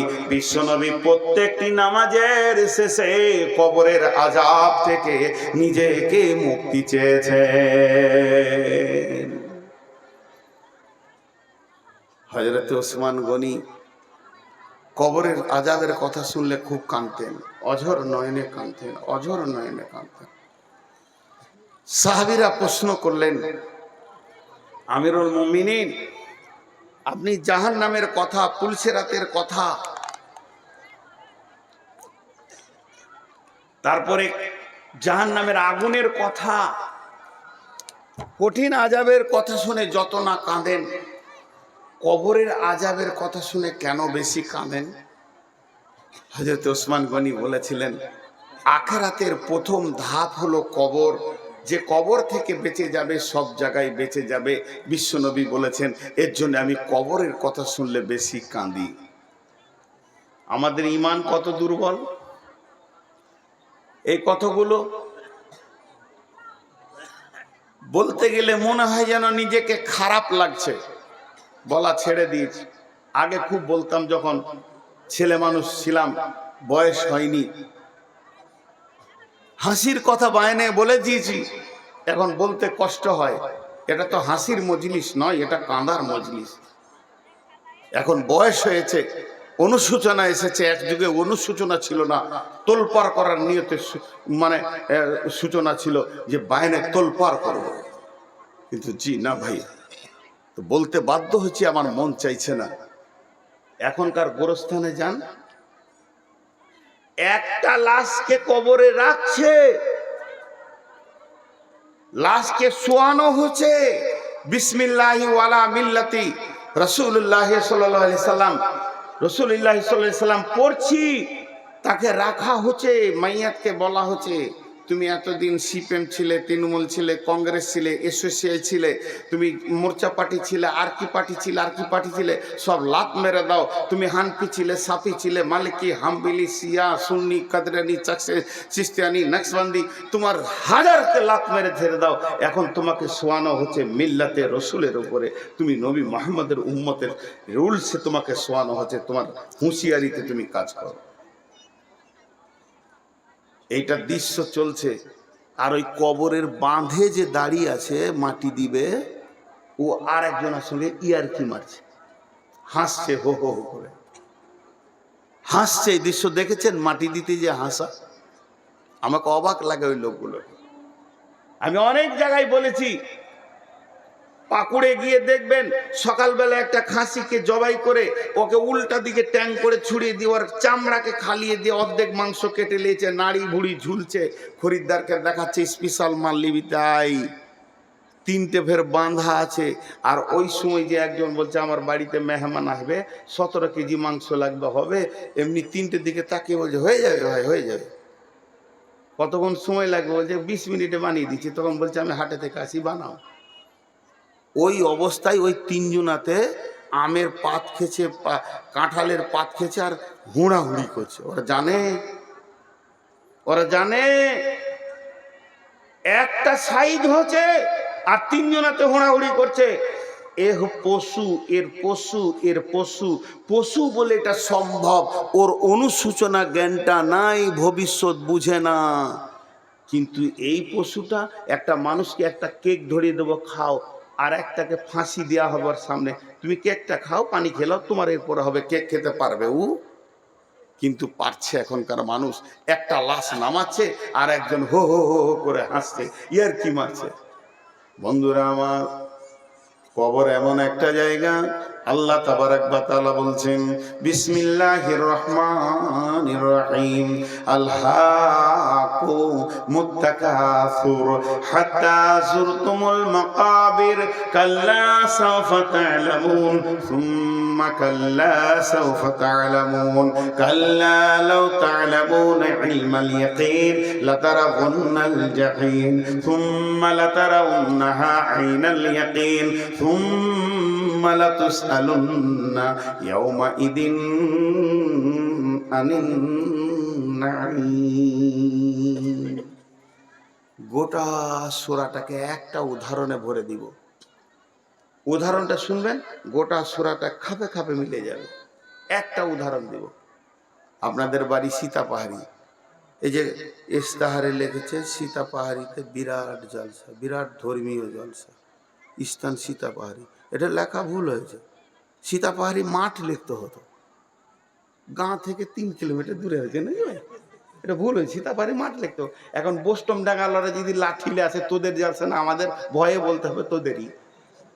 অর্ধেক চলে এসছে বোস্টম ডাঙ্গার কাছে, আর বোস্টম ডাঙ্গালরা ডেট খুঁজছে আমার কাছে যে একটা দিন দেন। খ্যাপা, এই মাইকে জুড়ে দিলেই হয়ে যেত 3টে মাইক, গোটা বোস্টম ডাঙ্গা তোলপার হয়ে যেত। চালাক লয় বলি, ওদিকে একটা মাইক ভাড়া করে 20-25টা চোখ জুড়ে দেন, তো বোস্টমটাকে শুনেলেন, এদের খরচায় আপনাদের তেলে বেগুন ভেজে গেল। জি, তো এবার উদাহরণটা শুনেন। উদাহরণটা হচ্ছে যে আপনার এই সীতাপাহাড়ির একটা ছেলে হিরণপুরে চাকরি করে। মন দিয়ে শুনবেন, অনেকবার পাবেন, এগুলো ইউটিউবাররা তো দেয়। আবার ইউটিউবাররা থাম্বনেল বানাবে, এবারে পাহাড় পর্বত করে দেখিয়ে দেবে। এদের কাল্লা যে কখন জ্ঞান দেবে। ইউটিউবাররা অর্ধেক বেরেন চলে গেছে, আর টোটোওয়ালাদের মাথায় বেরেনই নেই, রাস্তার মাঝে ছাড়া যাবে না ওদের। আল্লাহ যার বিবেক শেষ করে দেয়, ওকে টোটো কেনার তৌফিক দেয়। আগে ওর বিবেক শেষ, তারপরে ও টোটো কিনবে, আল্লাহকে পয়সা দেবে, যা খাবে এই করে খাগা মাঝে। আমার এক ড্রাইভার আফসোস করে বলছে যে সরকার খালি কলকাতা এয়ারপোর্টের গেটটা আটকে রেখেছে, নাহলে ওরা ঢুকে যেত, দুবাইয়ের প্যাসেঞ্জার চাপিয়ে নিত। টোটো একবার যদি এয়ারপোর্টে ঢুকতে পায় না, তো দুবাই, মরক্কো, সুদান, আমেরিকা, ইংল্যান্ডের প্যাসেঞ্জার চাপিলে বলবে তোরা খালি চুপ করে বস, 3 মিনিটে পৌঁছে দিচ্ছে। ওদের মাথাতে কিছুই নেই, ফাঁকা মাথায় টোটো চালায়। জি, তো যে কথাটা বলছি, একটা ছেলে সীতাপাহাড়ি চাকরি করে হিরণপুরে, প্রতিদিন যায় একবার আসে একবার। এই রাস্তাটা প্রতিদিনও দুবার দেখে, দুবার দেখে, দুবার দেখে, দুবার। সকালে একবার যায়, বিকালে আসে, সকালে যায়, বিকালে আসে। 3 মাসে কবার দেখবে? 3 মাসে কবার দেখবে? 180 বার। কথা বলে না, সব চুপ করে আছে। 3 মাসে 180 বার দেখবে। এরই মাঝে ওই রোড, হাই রোডকে, এই হিরণপুর যেতে পাকুড় পার হয়ে যে ব্রিজটা আছে, ব্রিজটাকে সরকার জিসিপি দিয়ে উড়িয়ে দুই দিকে খাল করে 30 ফুট খাল করেছে, পাইলিং করে ভালো করে ব্রিজটা বানাবে, উঁচা করে যারা না ভাঙে দিয়ে। দুই দিকে রডগুলো খালি ওপর দিকে হয়ে আছে, বাকি নিচে ঢালাইটা হয়েছে, বাকি কাজ এখন বাকি আছে। 3 বন্ধুতে জালসা শুনতে গেছে মোহনপুর, মোটর সাইকেল নিয়ে। দিয়ে একজন চালাচ্ছে আর দুজন বসে আছে, আর গল্প শুরু করেছে। চাকরি তো করছি রে, তুই করছিস, তুই তো স্কুলে চাকরি করছিস, আমি তো ব্যাংকে করছি, আমি তো হসপিটালে পেলাম। ভাই কেমন কি আছিস বল? বলে পাকুড়ে জায়গা নিয়েছি। তারপরে আবার বলছে হিরণপুরে জায়গা কিনেছি, ব্যাংকে এত টাকা আছে, একটা ফ্ল্যাট বাসা নিলাম, আমি ওই জায়গায় বিয়ে করেছি, আমার বউ খুব সুন্দর, আমার শ্বশুরের ফ্যামিলি খুব সুন্দর, আমি ভালো আছি, আমার ইনকাম এত। এই টাকা পয়সা, ঘর বাড়ি, জমি জায়গা, পুকুর বাগান, টাকা পয়সা, ঘর বাড়ি, জমি জায়গা, পুকুর বাগান, এই 3টে কথাতে এরা এত গভীরে চলে গেছে, মেতে গেছে। কে কত টাকা করলি, কে কত পয়সা করলি, আর গাড়ি খালি হুর করে ধরছে। বলছে আমি মনে করছি যে সামনের সপ্তাহে এই কোর্টের সামনে জায়গাটা বিক্রি আছে, লিবো ভাই না, দিয়ে দিয়েছি। এই বলতে বলতে 3 জনা ভুলে গেছে যে এখানে ব্রিজটা নাই, দপ করে পড়লো। 3 জনা যখন পড়লো, শুধু পড়েনি, একজন পড়ছে তো রডের ওপরে সমস্ত শিখগুলো গেঁথে গেছে 3 জনকে। রাত 1:30, অন্ধকার রাত, বাইকটা আর এক জায়গায় পড়েছে, ভেঙে চুরমার হয়ে গেছে। তারা ওখানে রক্তস্খলন শুরু হয়ে গেছে, রক্ত বেরোতে বেরোতে বেরোতে বেরোতে 3 জন মরছে, একে অপরকে দেখছে, কেউ কারো সাহায্য করতে পারছে না। ওই রাতে আর কেউ নাই রাস্তাতে, 3 জন মরে গেল। তাদের দুনিয়ার চিন্তাটা এত বেশি ছিল, এই খালটাকে তারা ভুলে গেছিল। তাদের দুনিয়ার চিন্তাটা এত বেশি ছিল, দিনে 2 বার দেখে 3 মাস ধরে দেখছে, 180 বার খালটাকে দেখেছে। তারপরেও ভুলে গেছে কেন? যে তাদের মাল আর ধন আর টাকা পয়সা তাদেরকে ভুলিয়ে দিয়েছে। যে ছেলেটা প্রতিদিন 2 বার দেখে, ওই আবার গাড়িটা চালাতে গিয়ে 3 জন মারা গেল। লাভ হলো না, লাভ হলো না, লাভ হলো না, লাভ হলো না। তাদের ওই দেখাটাও লাভ হলো না, তাদের অ্যাক্সিডেন্টের পরে আর বাঁচে উঠতে পারলো না, সেটাও লাভ হলো না। আল্লাহ তাবারাক ওয়া তাআলা বলছেন আল্লাহু মুত্তাকাসুর হাত্তা যুরতুমুল মাকাবির। হে পৃথিবীর মানুষ, হে এলাকার মানুষ, সীতাপাড়ি এলাকার মানুষ, হে দুনিয়ার মানুষ, তোমরা কান করে শোনো। কবরকে কতবার দেখেছো একবার অঙ্ক করে দেখো। এই মোর হাতে কুদাল ধরিয়া কঠিন মাটির তলে গাড়িয়া দিয়েছি কত সোনামুখ নয় চোখের জলে। জীবনে আমি কবরকে কতবার দেখেছি। আব্বাকে যেদিন দিয়েছি কবর দেখেছি, মাকে দিয়ে এলাম কবরকে দেখলাম, দাদা দাদিকে দিতে গেলাম কবরকে দেখলাম, গায়ের 20খানা মাইয়াত হয়েছে কবরকে 20 বার দেখেছি, পাড়া আত্মীয় স্বজন নিয়ে আরো 80 বার আমি জানাজা পড়েছি। আমার জীবনে 200টা জানাজা পড়ে নিলাম, কবরকে 200 বার দেখলাম, কিন্তু আমার মাল, আমার জমি, আমার টাকা কবর মাথাতেই উড়ে গেছে। কবরে যে আমাকে যেতে হবে এটাই আমি ভুলে গেছি। কিন্তু আজরাইল যেদিন এসে মোলাকাত বলছে তৈরি হও বন্ধু, এতদিন লোকের দেখেছি, এবার তুমি নিজে ঢুকবে, তৈরি হও। আল্লাহকুমুত তাকাসুর হাত্তা যুরতুমুল মাকাবির। ধুপ করে কবরে যে শুয়ে গেল। তাহলে কবরে প্রথমবার শুয়ে নাই। আমি একটা ছেলেকে বলছি, এ বেয়াদবি করবি না। 1 বার বললাম, 2 বার বললাম, 3 বার বললাম, 4 বার বললাম, 20 বার বললাম, 50 বার বললাম, আমার গাড়িটা লাগবি না, আমার গাড়িটা লাগবি না, আমার গাড়িটা লাগবি না, 80 বার বললাম। এরপরে কানে একটা পরাত করে মেরে গেলাম, আপনি হাতটা ধরে বলছেন ছেলেটা মারছেন কেন, কি করেছে? তুমি কি জানো না ওকে আমি 80 বার বলেছি, এটা কি তোমার খেয়াল নাই? আল্লাহ বলছে তোকে কি আমি হঠাৎ টেনে নিয়েছি নাকি? তোকে আমি হঠাৎ কবরে ভরেছি? এটা কোনোদিন বলবি না। অঙ্ক করে দেখ গা, তোকে যখন জীবিত ছিলি তোকে কতবার আমি কবর দেখিয়েছি। আমার নবীকে দিয়ে কবরের পাশে গেলে নেকি হয় এটা আমি বলেছি। আমার নবীকে দিয়ে তোর জানাজার নেকি করে দিয়ে তোকে আবার কবরের কাছে এনে কতবার কবর দেখিয়েছি তোকে আমি অঙ্ক করে বলে দিব। আমি আল্লাহ তোকে হঠাৎ কবরে ভরিনি, তোকে না হলেও 200 বার জীবনে, তোকে 50 বছরের জীবনে তোকে 200 বার কবরে এনেছি, আর কবরকে দেখিয়েছি, আর কবরে শোয়াতে দেখিয়েছি। এইটা দেখার পরও তোর দরজাটা তালা মারা ছিল, তোর বিবেকের দরজা খুলছিল না, তোর মিজাজ মসজিদের দরজার দিকে দিচ্ছে না, তোর মিজাজ রোজার দিকে দিচ্ছে না, তোর মিজাজ তাস লুডু দাবা জুয়া সুদ লুচ্চালা ফাঙ্গারি ছাড়ছে না, তোর মিজাজ পর্দা হতে বলছে না, বেপর্দা হয়ে ঘুরছে। আমার তো দোষ নাই, তোকে আমি প্রথম কবরে আনি নাই। এরপরে তুই কবরে আসবি, তখন নিজের চোখে আযাব দেখবি।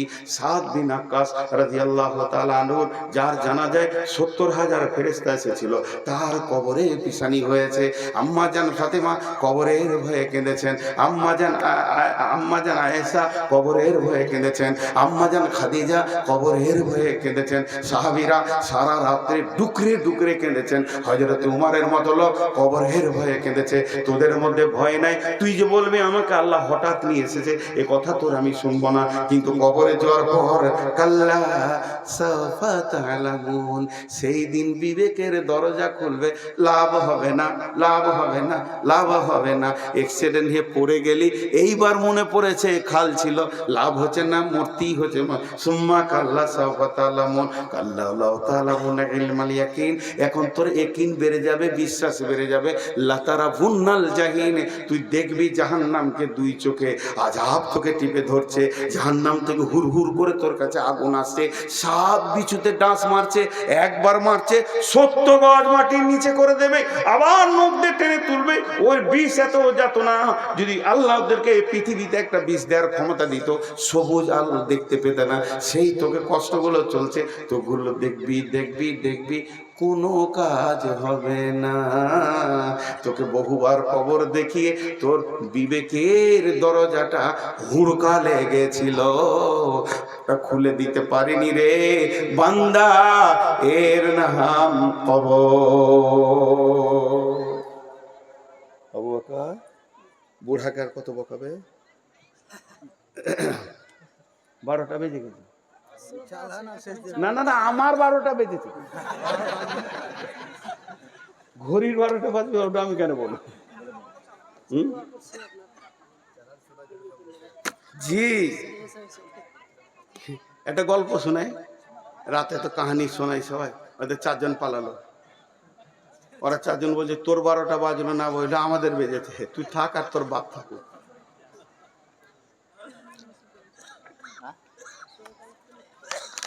জি, একটা রাজা, এটা আমার বায়নার সাথে কোনো মিল নাই, আপনাদের একটা গল্প শোনাচ্ছি খালি, এটা বায়নার উদাহরণও নাই।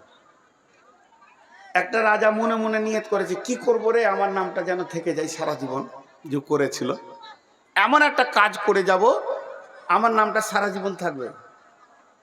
নিয়ত করেছে দুধের পুকুর করবে, একটা বড় পুকুর বানাবে, তো দুধের, আর সারা চারিদিকে ইউটিউবাররা যে বলবে অমুক রাজা দুধের পুকুর করেছে, সারা জীবন নাম থেকে যাবে।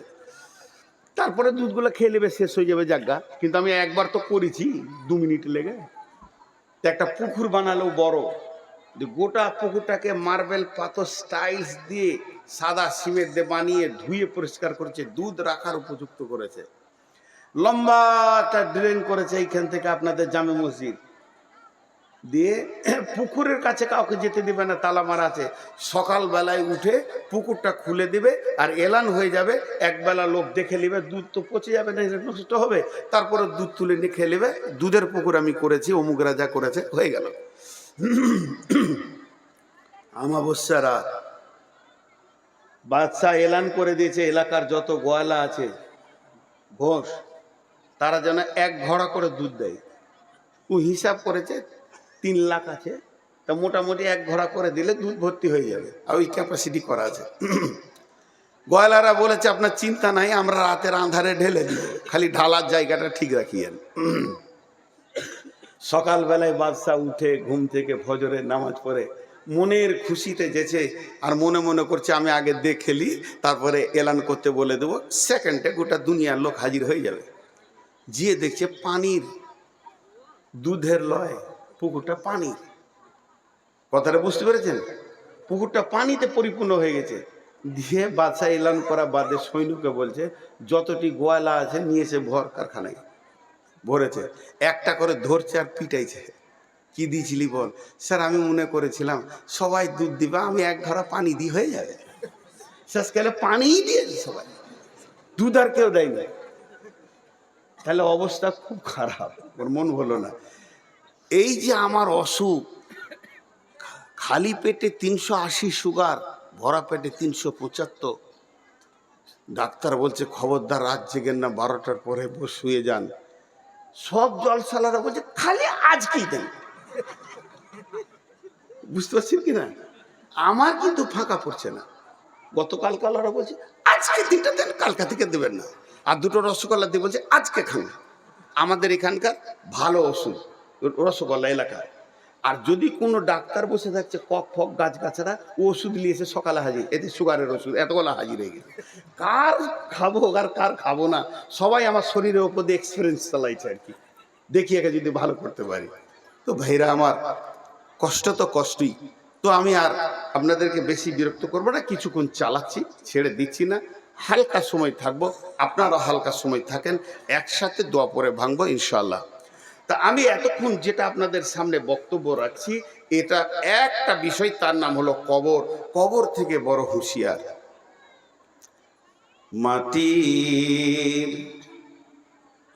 মাটির ওই কবর গৃহে শোয়ায়ে দিলাম যারে, ডাকলে শত কেউ কখনো আসবে না হায় মাটির বিছানা ছেড়ে। মাটির ওই কবর গৃহে শোয়ায়ে দিলাম যারে। এরা উঠছে কেন? এরা উঠছে কেন আমি বুঝতে পারছি না। আমি তো কবরের কথা বলবো রে ভাই, এরপরে তো কিছু কথা বলবো। এরা উঠছে কেন? ইন্না লিল্লাহি ওয়া ইন্না ইলাইহি। পেশাব করতেছেন? আমি কি পাগল নাকি? একসঙ্গে কার জমিতে করবে? সে জায়গাটা তো ধ্বংস। বসেন আপনারা। কিছু লোক আছে এই ধরনের, ওদের অভ্যাস খারাপ। নবী রাসূল সাহাবা ইমাম, নবী রাসূল সাহাবা ইমাম, আল্লাহর ওলি যত আছেন শুইয়া কবর গৃহে লক্ষ কোটি শত, ডাকলে শত কে কখনো আসবে না হায় মাটির বিছানা ছেড়ে। মাটির ওই কবর গৃহে শোয়ায়ে দিলাম যারে। ভাইরা আমার, তাহলে কবরের প্রশ্ন হলো তিনটি। এই প্রশ্ন তিনটির কথা আপনাদের সামনে একবার বলবো। প্রথম নম্বরে মান রব্বুকা, দ্বিতীয় নম্বরে মা দিনুকা, তৃতীয় নম্বরে মান নবিয়ুকা। তোমার রবকে মান রব্বুকা, এর উত্তর হচ্ছে রব্বি আল্লাহ। মা দিনুকা, এর উত্তর হচ্ছে দ্বীনুল ইসলাম। আর মান নবিয়ুকা, তোমার নবীকে, এর উত্তর হচ্ছে নবী মুহাম্মদুর রাসূলুল্লাহ সাল্লাল্লাহু আলাইহি ওয়াসাল্লাম। যে এই তিনটে উত্তর দিতে পারবে বন্ধুরে, তার আবাদান আবাদান সে সুখের জগতে চলে যাবে। অতএব কবরে তিনখানা প্রশ্ন রেডি করে কবরে যেতে হবে।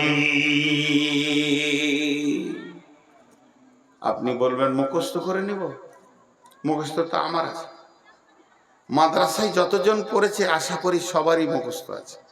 আর না হয় এই ছোট প্রশ্ন উত্তর আপনারা মুখস্থ করে নেন কাগজে লিখে। জি না ভাই, ওখানে মুখস্থ বিদ্যা চলবে না, কোন রকমে মুখস্থ বিদ্যা ওখানে চলবে না, চলবে না, চলবে না, চলবে না। তাই যদি হতো, যারা আরবি ভাষায় কথা বলে তাদের কাছে তো এটা কঠিনই নয়, আর যারা অন্য ভাষায় বলে তাদের কাছেও কঠিন নয়, মুখস্থ করে নেবে। কিন্তু এই উত্তর দিবে কে? ইমানই বদলায়, ইমানই ক্ষমতাতে। রব ও রব, ফেরেশতা বলবে তোমার রব কে? তোমার রব কে? রবের আবিধানিক অর্থ কি? আগে রবের মানেটা জানি। রব মানে পালনেওয়ালা, রব মানে পরওয়ারদিগার। আমি ইংরেজি জানি না, শুনেছি রব মানে কেয়ারটেকার, যে তোমার সার্বিক চিন্তা করে সে রব। এবার বলি, দার্শনিকরা এর তর্জমা করেছে, অনস্তিত্ব থেকে অস্তিত্ব দিয়ে আনুপাতিক হারে যে চাহিদা মিটায় তিনি তোমার রব। অনস্তিত্ব থেকে অস্তিত্ব দিয়ে আনুপাতিক হারে যে চাহিদা মিটায় সেই তোমার রব। আরেকবার বলছি, অনস্তিত্ব থেকে অস্তিত্ব দিয়ে আনুপাতিক হারে যে চাহিদা মেটাই সে তোমার রব। এটা সহজ করে দিচ্ছি। তোমার কোনো চিহ্ন ছিল না, যে তোমাকে বানিয়েছে। তোমার কোনো চিহ্ন ছিল না, যে তোমাকে বানিয়েছে, বানিয়ে তোমার খাওয়া দাওয়া সুখ দুঃখ সব চিন্তা তার হাতে আছে, সে তোমার রব। তোমার খাওয়া দাওয়া সুখ দুঃখ সব চিন্তা যার হাতে আছে সে তোমার রব। এবার এখানে মজাটা দেখেন, রব রব ও রব, এত কেন ট্রেস নিয়ে বলছি, একটু ধৈর্য ধরেন।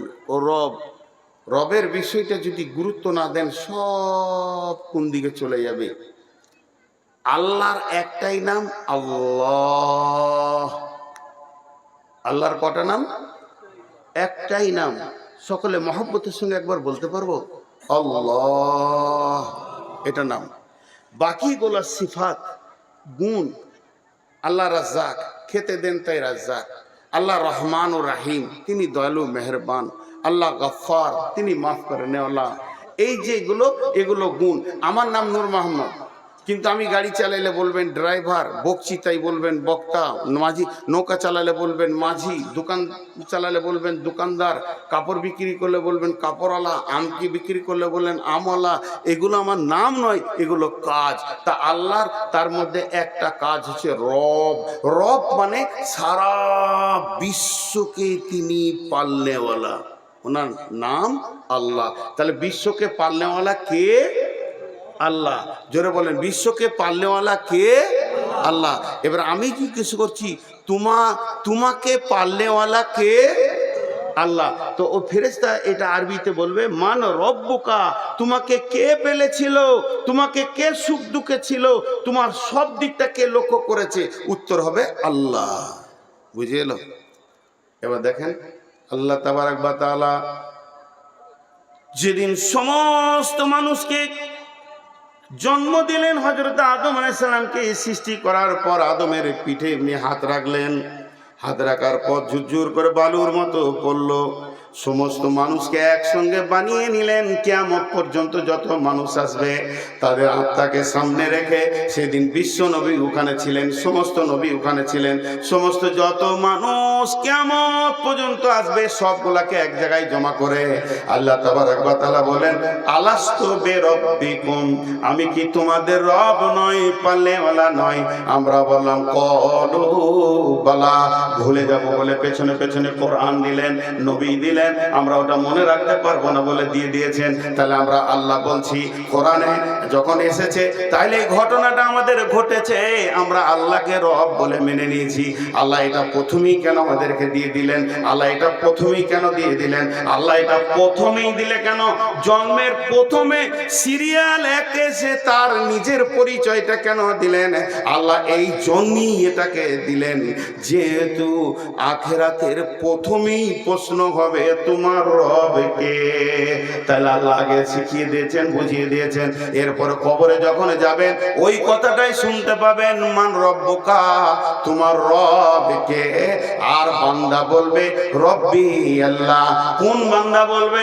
যে বান্দা পৃথিবীতে রবওয়ালা জিন্দেগি করেছে, শিরক করে নাই, আল্লাহকে ভয় করেছে, আল্লাহকে ভরসা করেছে, আল্লাহর কাছে ডেকেছে, বিপদ আপদে প্রয়োজন আল্লাহর কাছে চেয়েছে, আল্লাহ ছাড়া সে কিছুই বুঝে না, সুখে দুঃখে লাভে লসে সব সময় আল্লাহকে জড়িয়ে ধরে যে থেকেছে, সেই কবরে বলবে আমার রব আল্লাহ। তার মানে এক কথাই বলে দিই, কবরে যাওয়ার আগে পর্যন্ত আল্লাহকে যে জড়িয়ে ধরে রেখেছে নিজের সঙ্গে, সে তাকে আর শিখাতে হবে না, তার মুখ দিয়ে অটোমেটিক বের হবে আমার রব আল্লাহ। নাম্বার 2, মা দিনুকা, তোমার দিন কি? মা দিনুকা, তোমার দিন কি? মা দিনুকা, তোমার দিন কি? কে বলবে আমার দিন ইসলাম। যে ইসলামের আইন যেগুলো আছে, ইসলামের নিয়ম যেগুলো আছে, সমস্ত আইন নিয়ম কানুনকে যে দুনিয়াতে মেনে চলেছে, ইসলামের আইনকে যে মানে ছেড়ে দেয় নাই, ইসলামের নিয়মকে যে ছেড়ে দেয়নি, ইসলাম যা বলেছে তার উপরে চলেছে, নিজেকে ইসলামের গণ্ডির ভিতরে রেখেছে, কোরআনের আয়াতের ভিতরে রেখেছে, হাদিসের ভিতরে রেখেছে, যার আকীদা মজবুত আছে, যে নিজেকে এক পা পদস্খলন করেনি, ইসলামের বাইরে এসে যায়নি, তার মন চায়নি, ভুলবশত চলে গেছে, তোবা করেছে, ইসলামের আইন কানুন, ইসলাম বলেছে মদ খাবি না, মদ খায়নি, ইসলাম বলেছে জুয়া খেলবি না, তো জুয়া খেলেনি, ইসলাম বলেছে নামাজ পড়, তো নামাজ পড়েছে, ইসলাম বলেছে রোজা রাখ, রোজা রেখেছে। তার মানে ইসলামের আইন যত আছে যে মেনে মেনে চলেছে, ওকে যখন জিজ্ঞেস করবে মা দিনুকা, তোমার দিন কি, সে বলবে দিনুল ইসলাম। জি ভাই, কোরআনের একটা আইন আছে, কোরআনের ভিতর একটা আইন আছে। একটু বুঝানোর জন্য বলি, আপনাদের অত্র এলাকায় এরকম লোক আছে কিনা একটু হানা বলবেন। আমি জীবদ্দশায় অনেক লোক আছে বেটিকে বাদ দিয়ে বেটার নামে লিখে দিলে জমি জায়গা। এমন আছে 4টা বেটা, সব বেটাকে বাদ দিয়ে ছোটটাকে দিয়ে দিলে ডিহবাড়ি। এই লোক আপনাদের এলাকায় আছে? জলে বলেন আছে? আছে। ও কি ইসলাম মেনে নিতে পেরেছে? আপনি বলেন মেনে নিতে পেরেছে? পারেনি। ও যদি ইসলাম মানতো, চুপচাপ থাকতো, মাল আমার নয়, মাল আল্লাহর, আমাকে রাখাল বানিয়েছে তাই আমি রেখেছি, আমি মরবো, আমার কোরআন ফয়সালা দিবে কে লিবি কতটা, ঝামেলা শেষ। তাহলে ইসলামের আইনে কোনো রকম আমি নিজে কিছু করব না, ইসলামকে ইসলামের মতো করে রেখে দিব। তো ওই লোকটা যখন কবরে যাবে, ওকে জিজ্ঞেস করবে তোমার দিন কি? ও বলবে আমার দিন ইসলাম। মান নবিয়ুকা, মান নবিয়ুকা, তোমার নবীকে। এখন একটা নতুন জিনিস উঠেছে, আজ বই বিজিবিস বড় পারা কাগজ নিয়ে এমনি করে লেবার আছে, I love Mohammad, I love Mohammad. ভাই রে, আমাদের ভারতবর্ষে মোদী সরকার আছে, কিছুই করছে না। যদি এখন উমার ফারুক থাকতো, সবদিকে পিঠে লাল করে দিত আই লাভ মোহাম্মদ বলা। যতগুলো আই লাভ মোহাম্মদ নিয়ে দৌড়ছে, একটার মুখে দাড়ি নাই। মোহাম্মদ সাল্লাল্লাহু আলাইহি সাল্লামকে চেঁচে ফেলে দিয়েছে, মুখে দাবি করছে আই লাভ মোহাম্মদ। চলবে না বন্ধুরে, চলবে না, চলবে না, চলবে না। তার কারণ আমার বডিতে নবী মুহাম্মদ সাল্লাল্লাহু আলাইহি সাল্লাম থাকবে, তবে আমি বলবো আই লাভ মোহাম্মদ। আমার এই যে দাড়িটা, এটা কার কাছে পেয়েছি? এটা আমি রেখেছি। এটা কার কাছে পেয়েছি? আমি নবী মুহাম্মদ সাল্লাল্লাহু আলাইহি সাল্লামের কাছ থেকে পেয়েছি। এই যে দাড়িগুলো কটা হালকা হয়ে ছোট হয়ে গেছে, আমি কাটতে পারছি না কেন? আমি নবী মুহাম্মদ সাল্লাল্লাহু আলাইহি সাল্লামকে ভালোবাসি, তিনি আমাকে পারমিশন দেয়নি, তাই আমি কাটিনি। আমি বলবো মুহাম্মদ সাল্লাল্লাহু আলাইহি সাল্লামকে ভালোবাসি, শুধু মুখে বললে হবে না। একটা ছেলে ছিল মদিনাতে, ওর নাম ছিল খোরাইম। খোরাইম আল্লাহ রসুল একদিন মসজিদে নববীতে বসে বসে বসে বসে আলোচনা করতে করতে করতে করতে মদিনার কোন ছেলেটা কেমন, কোন ছেলেটা ভালো, কোন ছেলেটা নেককার, কোন ছেলেটা নামাজি পরহেজগার, বলতে বলতে নবীজি খোরাইমের নাম করলো। খোরাইম খুব ভালো ছেলে, ঠিক টাইমে টাইমে নামাজ পড়ে, খুব সুন্দর ইবাদত করে। খালি দুটো জিনিস ওর খারাপ, লম্বা চুল রেখেছে, মাস্তানি চুল, আর টাকনুর নিচে কাপড় পরে। এই দুটো যদি ভালো হয়ে যেত তাহলে ওই ছেলেটা অনেক ভালো। ওই সাহাবীটা যে শুনেছে রসুল বলছেন খোরাইম ভালো, খালি দুটি কাজ ওর খারাপ। স্বয়ং ঘুরতে ঘুরতে একদিন খোরাইমের সঙ্গে দেখা হয়ে গেল। যখনই দেখা হয়ে গেল, খোরাইমকে বলছে, খোরাইম রে, তোর ব্যাপারে রসুল মসজিদে নববীতে আলোচনা করছিল। এইদিকে ধ্যান দেন, এইদিকে ধ্যান দেন। আজাজিল শয়তান এসছে এখন। যখন কথা দামি হবে জেনে নেন আজাজিল শয়তান এসছে। আর ওই যে লাফাঙ্গার গুলো আছে, ওর এজেন্ট, প্রতি জালসায় ওরা যাবে আর ঝগড়া বাঁধাবে, দিয়ে একটা হইচই করবে। আল্লাহর রস্তে হাতগুলো ধরে বলছি, লাফাঙ্গারদের দিকে মাথা দিবেন না, এইদিকে ধ্যান দেন। খোরাইম রে, খোরাইম বলে কি? আরে মসজিদে নববীতে বসে বসে রসুল তোর ব্যাপারে বলছে ভালো ছেলে। ওর কলজেটা বড় হয়ে গেল। হ্যাঁ ঠিকই নাকি বলছিল? হ্যাঁ, তোর নাম ধরে বলছে তুই ভালো। খালি আল্লাহ রসুল বলছে দুটো জিনিস ওর খারাপ। তোর মুখটা ঝুসে গেল, খুশি যতটা হলো ঝুসে। কি খারাপ বলছে? বলছে তুই টাকনুর নিচে কাপড় পরিস, আর ওই যে চুল রেখেছিস মাস্তানি, যেটা সুন্নত লয়। আমার রসুল এই দুটো অপছন্দ করেছে। খোরাইমার নাপিত খালা গেল না, বাড়িতে গিয়ে নিজের মাথার চুলকে নিজে ধরছে আর চাকু দিয়ে আর কাটছে। বলছে, ওরে চুল রে, তোর মতো চুলকে আমি রাখবো না, যেহেতু আমার রসুল নারাজ হয়ে গেছে, এ চুল আমি রাখতে পারি না। নিজের কাপড়টাকে তেমনি করে চাকু দিয়ে কেটে ফেরে চুলে ফেলে দিল। তুই কাপড় আমার রসুলকে নারাজ করে দিয়েছিস। এই লোকটা কবরে বলবে, মান নবিয়ুকা নবী মুহাম্মদুর রাসূলুল্লাহ। খালি মুখে লয়। আমাদের দেশে পশ্চিমবঙ্গের নাম বলবো না, একটা জায়গা আছে যেখানে জালসাতে কাওয়ালি হয়। জালসাতে কাওয়ালি হয়, মালটা বিরেলি মাল ওরা। আমিও গেছি ওই এলাকায় দুবার জালসা করতে, আর যাই না এখন।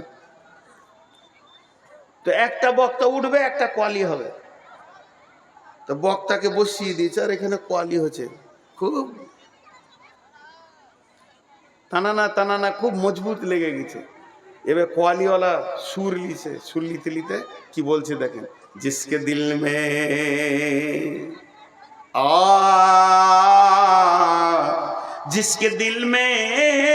जिसके दिल में मोहब्बत रसूल नहीं, वो मोमिन नहीं। কথাটা সত্য। যার দিলে রসুলের মহব্বত নাই, ও কোনোদিন মুমিন হতে পারে না। আর নিজের থেকে, নিজের মা বাপ ভাই বোন এবং নিজের জান থেকে রসুলকে ভালোবাসতে হবে। বিশ্বনবী বলেন, উমর রে, তুমি কি তোমার নিজের থেকে আমাকে ভালোবাসো? উমর বললেন না। রসুল বলেন, এখন তুমি কামেল মুমিন হতে পারোনি, তোমার ঈমান পাকা হয়নি। হযরত উমর দেখলেন, না আমি না বুঝে বলে ফেলেছি, কিন্তু আসলে আমার জান থাকতে রসুলের জানকে কাউকে নিতে দিব না। বলে, হুজুর ওটা ইমোশনাল বলে দিয়েছি, এখন আমি বুঝে বলছি, আমার জান থেকে আমি ভালোবাসি। নবীজি বলেন, তুমি কামেল মুমিন হয়েছ। জঙ্গে খন্দকে আল্লাহ রসুল তাবুর গায়ে আছে। হযরতে সাদ রাদিয়াল্লাহু তাআলা আনহু এতগুলো তলোয়ার নিয়ে ঝনক করে রেখেছে আঁধারে। রসুল বলছে, শব্দটা উঠলো। এবার অতগুলো তলোয়ার রসুলের তাবুর পাশে হযরতে সাদ রাখলেন। আর আল্লাহ নবী আঁধারে ঝড় বৃষ্টিতে দেখতে পায়নি। তবে নবী আইডিয়া করে বলছে, কে সাদ নাকি? হযরতে সাদ বলেন, ইয়া রাসূলুল্লাহ, হ্যাঁ আমি সাদ এসেছি, আমি তলোয়ার নিয়ে হাজির হয়ে গেছি। বলে, কে এত রাত্রিতে কেন? বললেন, আমার মতো সাদের লাখো প্রাণ থেকে একটা নবী মুহাম্মদের প্রাণের দাম অনেক বেশি, তাই আমি তলোয়ার নিয়েছি, আপনাকে সারা রাত পাহারা দিব। হযরতে তালহা রাদিয়াল্লাহু তাআলা আনহু যখন উহুদের প্রান্তে দেখলে রাসূলকে লক্ষ্য করে তীর আসছে, একাই বুকে 180টা তীরকে গ্রহণ করেছিলেন আর রাসূলকে তীর থেকে বাঁচিয়েছিলেন। এর জন্য যার দিলে রাসূলের মহব্বত নাই ও মুমিন হতে পারে না। কোয়ালিতে ঠিকই বলেছে, ঠিকই বলেছে, একবারে ঠিক বলেছে। কিন্তু যে মৌলভী সাহেব বসে আছে ওর পরে বায়ান করবে, ওর কলজেটা জ্বলছে ওর কথা শুনে। দিয়ে সভাপতি বলছে এরপরে নূর মোহাম্মদ এলো, তো লোক তো জানে যে নূর মোহাম্মদ উঠেছে মানে কোয়ালি বলবে না, প্রথমেই বলবো আসসালামু আলাইকুম, দিয়ে বলবো আলহামদুলিল্লাহি নাহমাদুহু ওয়া নাস্তাইনুহু ওয়া নাস্তাগফিরুহু। যখনই বলেছে অমুক মৌলানা এলো, তু মাইকে সালামও দেয়নি, নাহমাদুহু বলছে না, মৌলভী সাহেব বলছে লোক বলছে ইও কোয়ালি করবে নাকি রে? ওর কল দিয়ে চলে আছে, তা কি বলছে বলছে আমারও 2 লাইন শুনতে হবে রে ভাই। जिसके दिल में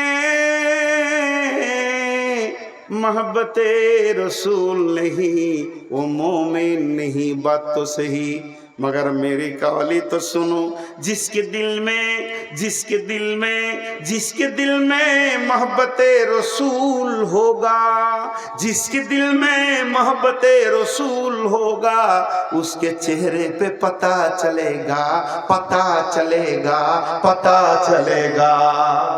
সালা কোয়ালিওয়ালা এক ওয়াক্ত নামাজ পড়েনি, দাড়ি চেঁচে কোয়ালি করতে এসেছে। দেখো মহব্বত রসুল, একে ঝাঁটা মারার কেউ আছে? একে ঝাঁটা মারার কেউ আছে?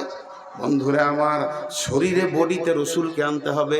কিয়ামতের মাঠে যখন আল্লাহ বলবেন উজিয়াল কিতাব ওয়াজিয়া বিন নাবিয়িন ওয়া শুহাদা, হে হাসরবাসীরে আমি আমলনামা রেডি করেছি, তুমি এসো, তোমার সাক্ষী নিয়ে এসো, নবীকে সঙ্গে করে নিয়ে এসো। জান্নাতি ব্যক্তিটা গিয়ে বলবে আল্লাহ আমাকে জান্নাতের সার্টিফিকেট দেন। আল্লাহ বলবে কই রে তোর নবী? আল্লাহকে তখন বলবে আল্লাহ আপনি কুদরতে চোখ দিয়ে দেখেন আপনার নবীকে আমি সঙ্গে করে নিয়ে এসেছি। সভাপতি এবার ঘড়ি দেখছে, মনে মনে ভাবছে বক্তা কি রিং টালাছে নাকি রে, এখনো ছাড়ছে না, জি ছেড়ে দেবো।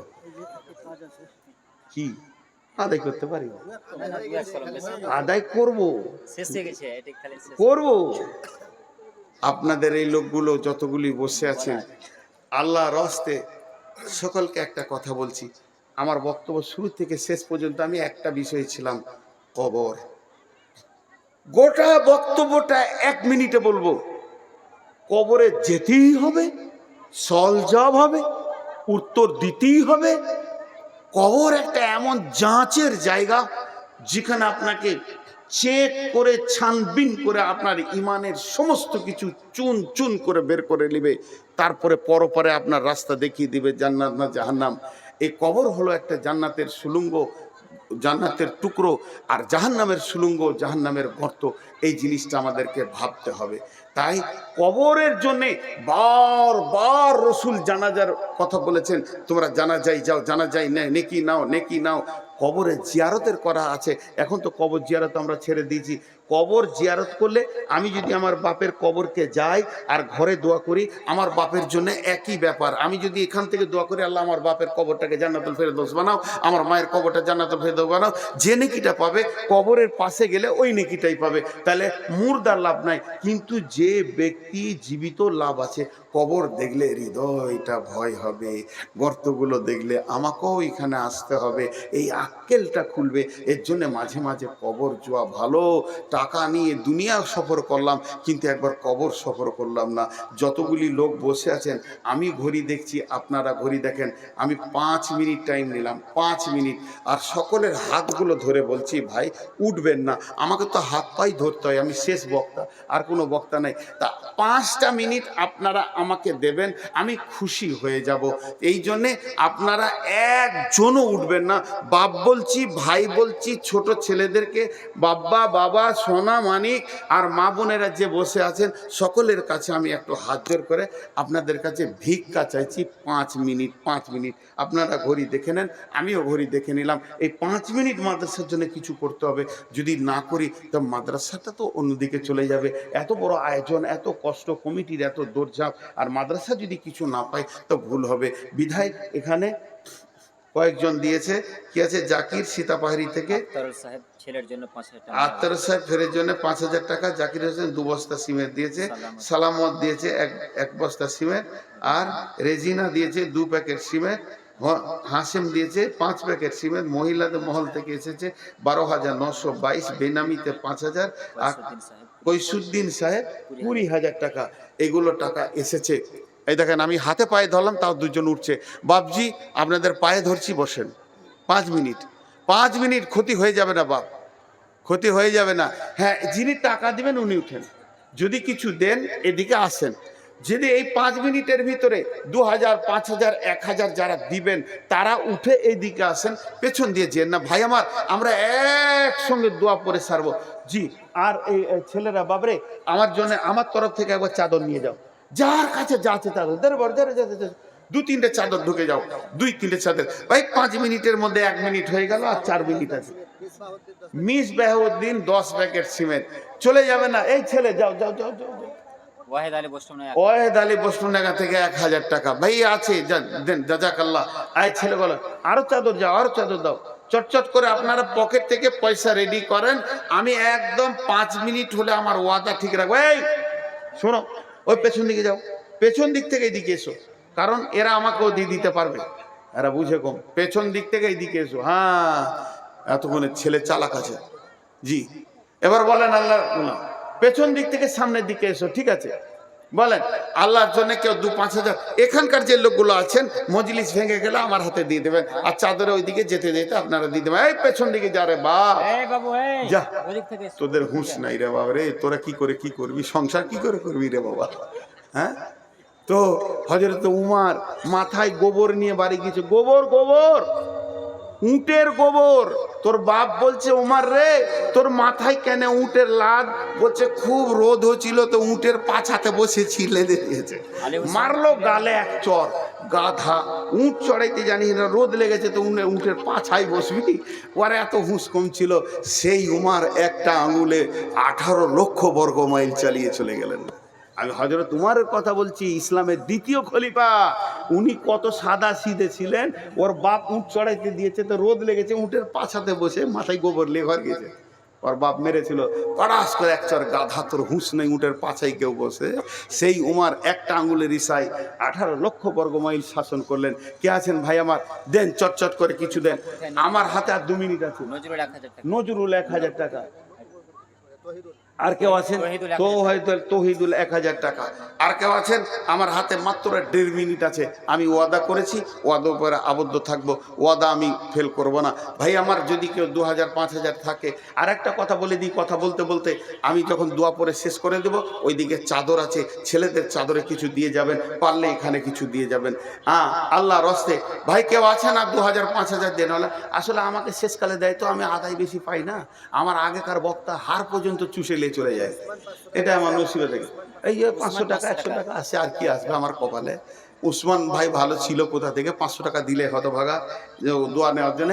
আচ্ছা, এখন আমার কাছে আর 20 সেকেন্ড আছে, আমি দোয়া দিচ্ছি, আপনারা বুঝে বুঝে আমিন বলবেন। এই আল্লাহ, সন্ধ্যা থেকে নিয়ে এই পর্যন্ত যত কোরআন হাদিসের আলোচনা হয়েছে সব আমাদেরকে আমল করার তৌফিক দাও। এই আল্লাহ, আজকে কবর নিয়ে আলোচনা করলাম। আমরা কবরে হিসাব চাই না তোমার কাছে, আমরা হাসরে হিসাব চাই না, আমরা কবরে সলজব চাই না। আমরা কাজেই তোমার দয়া, তুমি আমাদেরকে দয়া করো। হে আল্লাহ, কবরে কাউকে চাই না, মাকে চাই না, বাপকে চাই না, ভাইকে চাই না, বোনকে চাই না। মাবুদ, তুমি আমার সঙ্গী হয়ে যেও, তাহলে আমাকে আর ভয় লাগবে না। এ আল্লাহ, কবরের সল জবগুলো আমি যেন রেডি করতে পারি, তুমি তৌফিক দাও। এই আল্লাহ তোমার হুকুম মেনে যেন সারা জীবন চলতে পারি, তুমি আমাদেরকে তৌফিক দাও। এই আল্লাহ তোমার রসুলের তরিকাকে যেন গ্রহণ করতে পারি, তুমি আমাদেরকে তৌফিক দাও। এই আল্লাহ দিন ইসলামের যত রুলস কানুন আছে এগুলো মেনে নিতে পারি, তুমি আমাদেরকে তৌফিক দাও। এই আল্লাহ সন্ধ্যা থেকে এই পর্যন্ত যতগুলো কালেকশন হয়েছে সব কালেকশনগুলো তুমি কবুল করে নাও। শুধু এখানে নয়, শুধু সীতাপাড়িতে নয়, ইসলামকে বাঁচানোর জন্য সারা পৃথিবীতে যত লোক টাকা দিচ্ছে আল্লাহ তুমি কবুল করে নাও। এ আল্লাহ আমাদের মা বাপ ভাই বোন আত্মীয় স্বজন শিক্ষক ডাক্তার মাস্টার ইমাম মুয়াজ্জিন আর আউলিয়া ওলি গাউস কুতুব আবদাল যতগুলো কালেমা নিয়ে কবরে গেছে আল্লাহ তাদেরকে মাফ করে দাও, আল্লাহ তাদেরকে ক্ষমা করে দাও। সকালে দোয়া পড়েন, আমার টাইম হয়ে গেছে।